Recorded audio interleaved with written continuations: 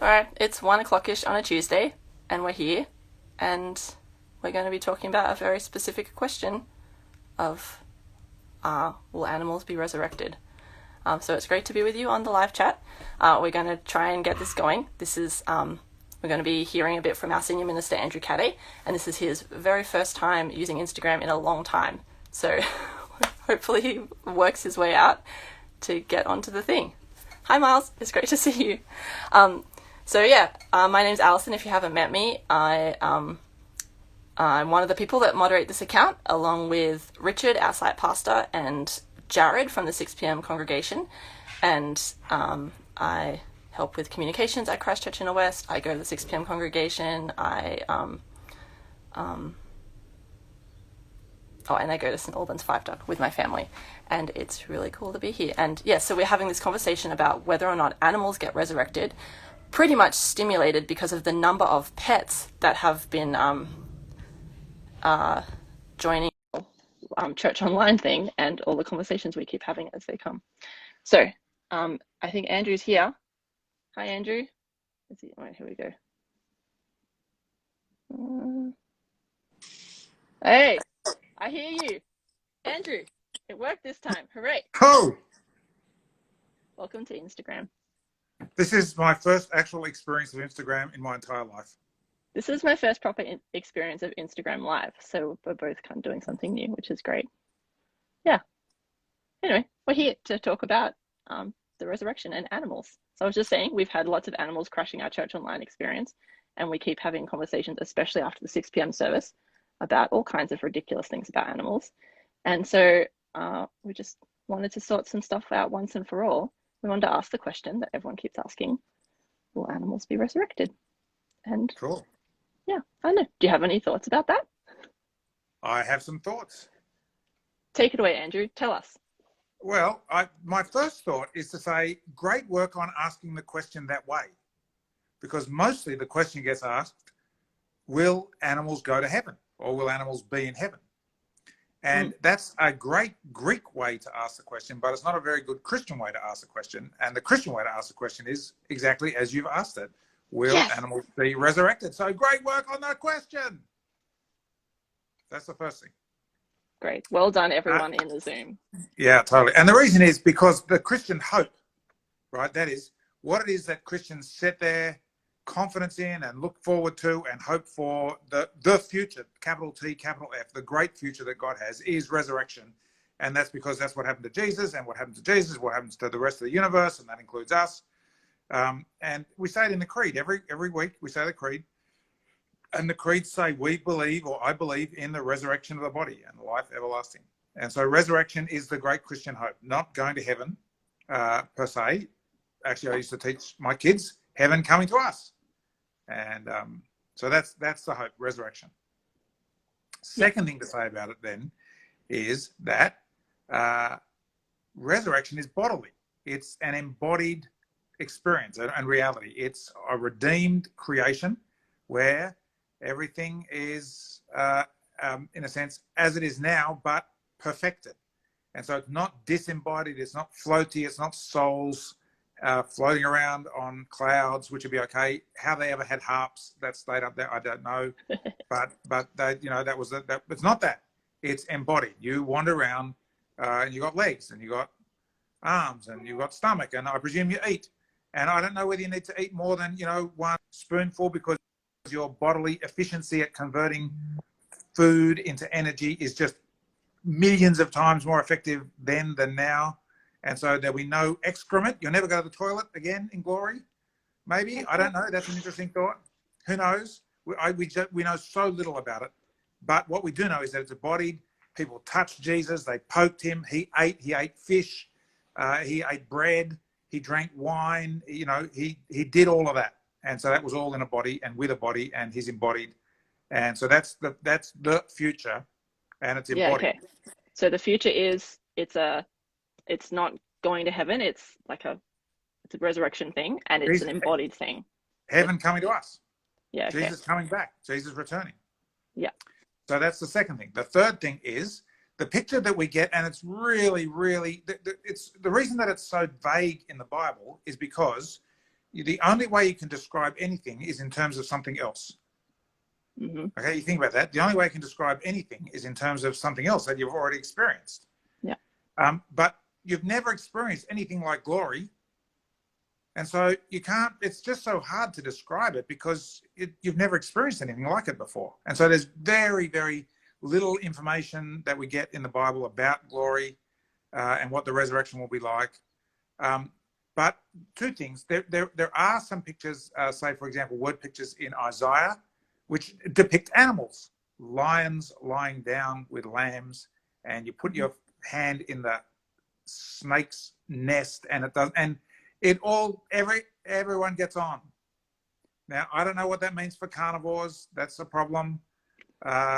So maybe that's the end of fillet steak. I don't, so how that works, I don't know. I'm very happy to say I don't know, because how do you know about stuff that you've never experienced before? Mm-hmm. But the animal world is depicted in glory in Isaiah. Likewise, in Revelation, the end of the Bible, the picture there of glory is of a renewed, perfected Garden of Eden. Yeah. And guess what was in the Garden of Eden? There was animals too. Yeah. So I don't see any reason to deny or doubt, and what little reasons we have to say that there'll be animals, that is, the gazillions of created beings that God has made of such variety. I snuck out of Sydney on the weekend and was You didn't up. sneak out, Andrew. You got to. No, I had a permit. You I was applied for a legitimate. permit to I had leave. a Yes, case thank you. number. I spoke to Services New South Wales many times. I was completely legitimate. I went up to Port Macquarie, near Port Macquarie, where I have a house, and we had breakfast out on the deck, and a beautiful Rosella just landed on the table because he was so tame, and I gave him crumbs. That's just God's awesome creativity and beauty. And I don't know why he'd ever say, you know what, those bazillions of creatures that I made, that was all just for the blip of time when sin had some hold on things. But for all eternity, we're going to get rid of all the animals. No way. Okay. The animals are in.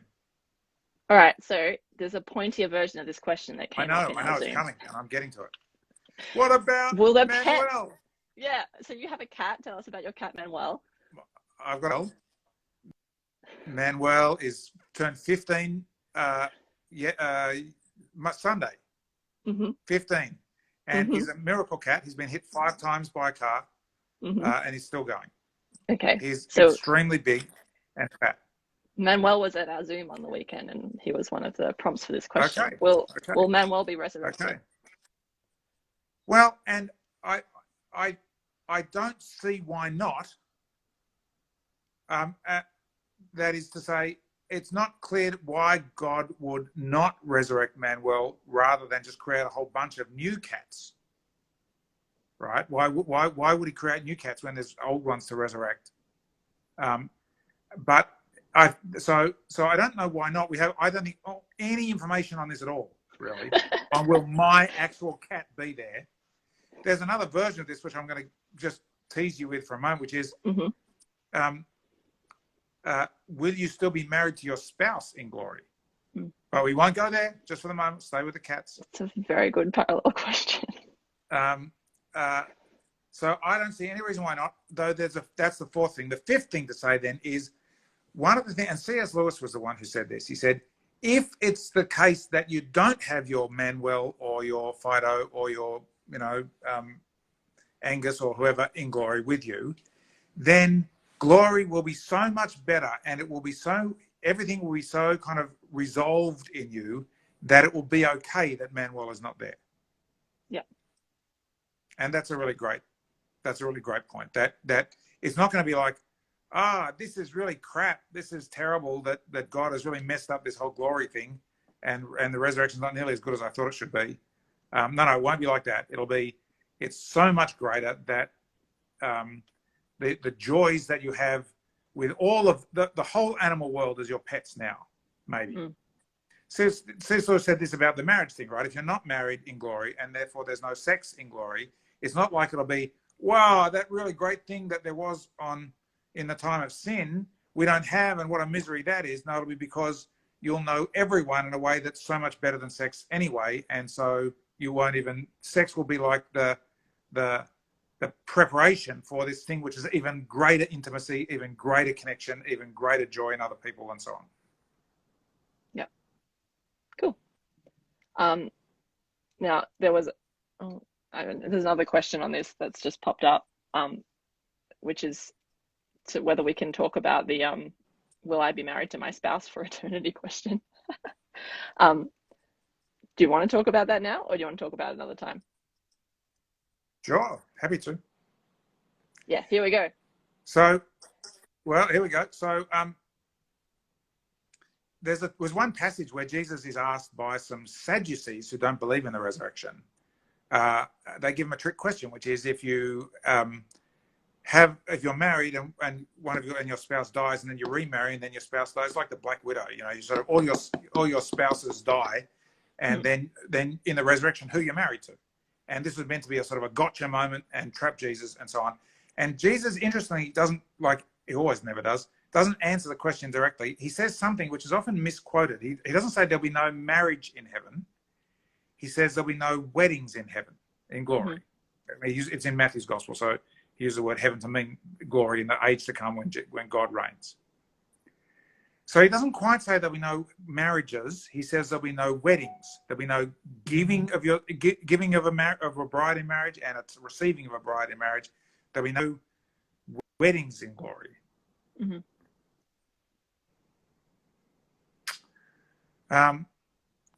So that's the first thing to say. He doesn't quite say there'll be no marriage. So you can't be dominant. You can't be sort of dogmatic about this and say there'll be no marriage for sure, because Jesus doesn't quite say it. Yeah. That's a pretty interesting question, though. Can you be now? Actually, I'm against bigamy, being multiply married, because for all sorts of reasons. But it's not clear to me that it's contrary to God's law necessarily.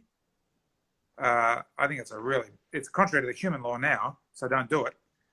And it's contrary to common sense, so really don't do it. But it's not, so it's not clear to me quite. He might have answered, oh, well, all of them. What's your problem? You'll be so full of love and so full of the Spirit and so perfected in all of your capacities. Have all the marriages. Right.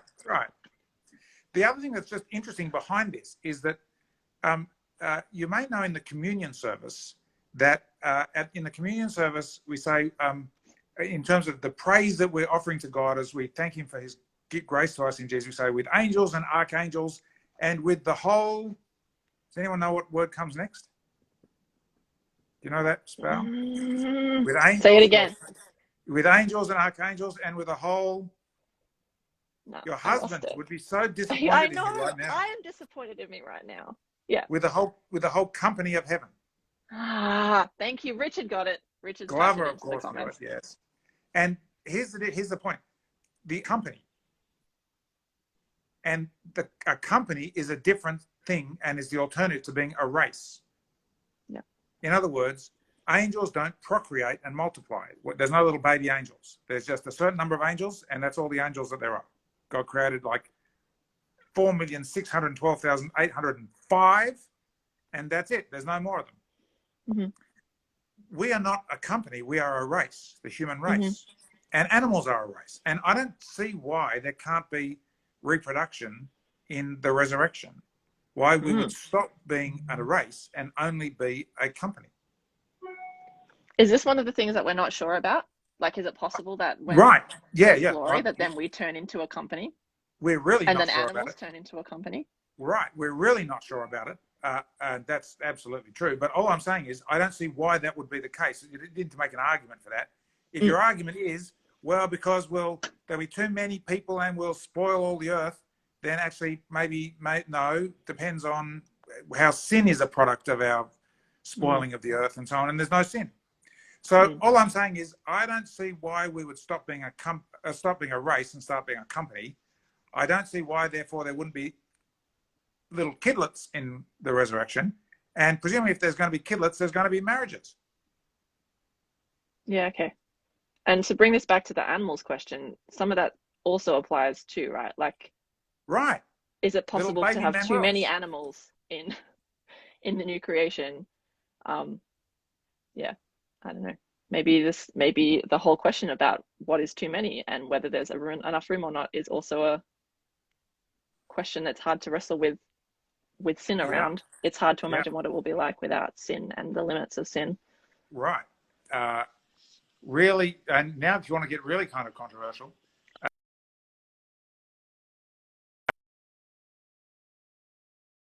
population that's ever lived. Okay. Have I dropped off? You got me? No, I dropped off because I have a thing on my phone that tells me when I'm using Instagram too much, and it just kicked me off. Hi, I'm back. Oh, wow. Okay. Yeah, sorry. So you can pack the whole of the entire population right now at the same density as New York into Texas, and the entire rest of the planet, all 70% of the Earth's surface, which is oceans, and all the rest of the 90-something% of the Earth's surface, which is not Texas, would all be blank and vacant. In fact, the truth is, here's another one. You want to know this fact? This is all from the greatest website that there is in the world, called Our World in Data. And you want to know, before we go down the rabbit hole, hang on. I really want to hear this, but when I got booted off by my Instagram thing, it looks like other people also got booted off. I'm just checking that here is back, because are you guys all cool? Apparently the last thing people heard was let's see something controversial. And now I'm going to stop being controversial. I know, and then Instagram was like, kick him off. No, are we all here? No, it looks like people are back. Okay, so yes, we can fit all of the humanity into Texas. Yeah, right now. All humans that have ever existed, or all humans alive right now? Well, I think about half the humans that have ever existed are alive right now. Yeah, sounds about right. I think it's about that. And all I'm saying is that in terms of filling the earth and subduing it, we're good with Texas. But it is also sorry, yes. This is your there's all the oceans, which is 70% of the surface. And this is the other one I was going to say. If you add up all of the land that is occupied by humans as dwellings, so all the cities, all the roads, all the houses, all the farm houses, that in total covers 1% of the land of the earth altogether right now. Mm-hmm. So I'm just saying there's a lot of space out there. I mean, also that does track with the other thing you raised about the new creation being spoken about in the Bible as a city. Yeah, I just feel like I need to flag that because one of your other colleagues from your other organization has been on in the chat reminding you to get back to your city work and not wasting time talking about animals. So there you go. You've promoted cities and the gospel in a very good way. Well done. Who was that colleague? I think it might have been Mark Morley. Well, I am actually, not on City to City clock on Tuesdays, so bugger off, Mark. That's all I say. Now, before we wrap up, are there any books or resources or things that you'd point people to if they have more questions about really niche things to wrestle with around the resurrection? These kind of ethical questions? No, although I do know some people that are vegetarian on these kinds of grounds, and I think I respect that. I just want to put a shout out to those that say I myself am not a vegetarian and am happy enough to continue to have animals given to us for food, which is a post-fall thing. But I don't, like I say, I don't know whether we may all be vegetarian in glory, but that's because whatever vegetarianism we have there will be better than fillet steak, which is not the case now, I don't think. Yeah. But if that's your mind, then I respect that. I'm happy to go with that. I think that's good on you. Cool. Great. That's not really a book or a resource, but that's a cool thought. No, there is. I know a book. And what started my thought on that is that I do have a book on animal suffering. Yeah, okay. I will tell you, which I've not read actually yet, but does go down this track of just exploring the issues to do with where is it? It's on my bookshelf over here. Well, you know what we might do is we might keep this video on our like on our account here, and maybe after you have a look at that book, we'll put in the comments of the thing. So if anyone does have questions, burning questions about this, and you need to come back to it, we'll make sure there's a reference to that book on the video here, and any other resources that you might think of afterwards. Okay. Yeah. Anyway, I think that's it. I don't think any other questions are coming through now. I think we're all sorted-ish. Anyway, thanks for indulging us, Andrew. I am now an Instagram expert. That's all I could say. I'm glad. Well, there you go. I'm glad you had Great to see everyone. Thanks.